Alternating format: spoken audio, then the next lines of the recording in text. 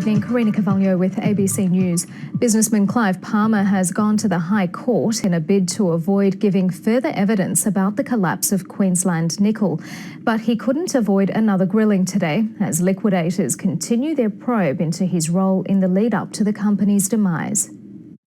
Still flanked by security guards, it was a smiling Clive Palmer who rolled up to the federal court today. Good morning. Good morning. The change of mood, God bless Australia, coinciding with his latest legal manoeuvre to get the hearing shut down.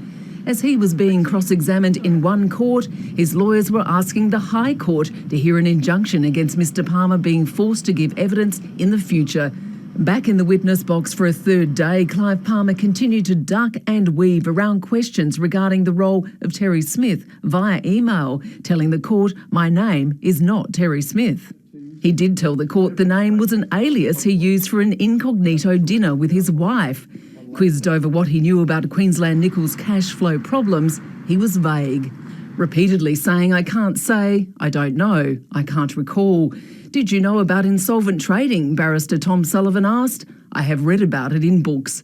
The former mining magnate blamed Malcolm Turnbull for Queensland Nickel's failed attempt to get a $25 million bank loan. He claimed it was rejected on instructions of the Prime Minister, telling the court it was corruption at the highest level. The court action is an attempt to claw back $70 million in entitlements paid out by the federal government to almost 800 sacked workers.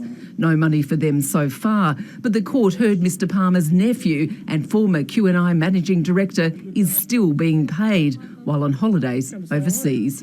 Today's court session was peppered with scores of fiery clashes with Clive Palmer, often claiming privilege. He'll be forced to do it all again here tomorrow, the last day listed for these hearings. Mr Palmer's High Court application to avoid giving evidence after that is due to be heard in November. Lexi Hamilton-Smith, ABC News.